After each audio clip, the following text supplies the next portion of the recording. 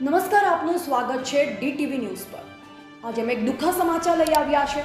દાહોદ તાલુકાના મુવાલિયા ગામના ઓટલા ફળિયામાં ગઈકાલે એક દુર્ઘટના બની, જેમાં વીજળી પડવાથી પિતા અને તેમના પુત્રનું કમકમાટી ભર્યું મોત નીપજ્યું। આ ઘટનાએ આખા ગામમાં શોકનો માહોલ સર્જી દીધો છે। આજે અમે આ ઘટના વિશે વધુ જાણીશું, ખાસ કરી મૃતકના પરિવારજનોની શું પ્રતિક્રિયા છે અને ગામના સરપંચ આ બાબતે શું કહે છે। તો ચાલો આપણે આ સમાચારને વધુ વિગતે જાણીએ।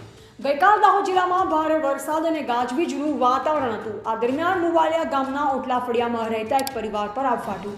વીજળી પડવાની આ ઘટનામાં પિતા મંડોડિયા નાનજીભાઈ અને તેમના પુત્ર આયુષ મંડોડિયા ઉમેરોનું ઘટના જ સ્થળે મોત થયું। આ ઘટનાએ ગામ લોકોને હચમચાવી દીધા છે અને પરિવાર ઉપર દુઃખનો પહાડ તૂટી પડ્યો છે। અમે હવે મૃતકના પરિવારજનો સાથે વાત કરીશું, જેઓ આ દુઃખદ ઘટનાથી શોકમગ્ન છે। ચાલુ જાણીએ તેમની પ્રતિક્રિયા શું છે। દાહોદ જિલ્લાના દાહોદ તાલુકામાં મુવાલિયા ગામમાં ચોરા ઓટલા ફળિયામાં રહેતા મંડોડિયા સંજયભાઈ નાનજીભાઈ અને તેમના પુત્ર મંડોડિયા આયુષભાઈ સંજયભાઈ, તે છે ને ઘરની આગળ ઝાડની નીચે બેઠા હતા। ત્યાં અચાનક આશરે 5 વાગે વીજળી પડતા અચાનક બેભાન અવસ્થામાં નીચે પડી ગયેલા અને તેમનું મૃત્યુ પામેલ છે। પરિવારની આ વ્યથા સાંભળી દરેકનું હૃદય દ્રવી ઉઠે છે। આ ઘટનાએ ન માત્ર એક પરિવારને પરંતુ આખા ગામને ઝંઝોડી નાખ્યું છે। હવે આપણે જાણીશું કે ગામના સરપંચ આ ઘટના અંગે શું કહે છે। હું મોવાલિયા ગામનો સરપંચ છું, તાલુકો જિલ્લો દાહોદ।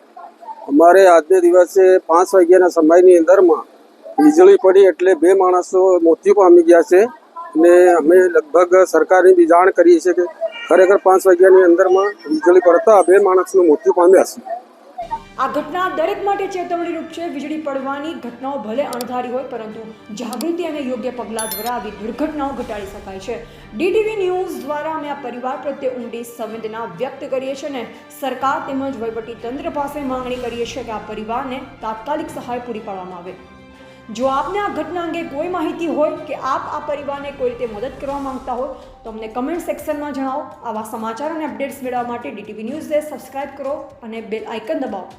આજના સમાચાર અહીં પૂર્ણ થાય છે। ફરી મળીશું નવા અપડેટ સાથે। ત્યાં સુધી સુરક્ષિત રહો, જાગૃત રહો। DTV ન્યૂઝ તરફથી નમસ્કાર।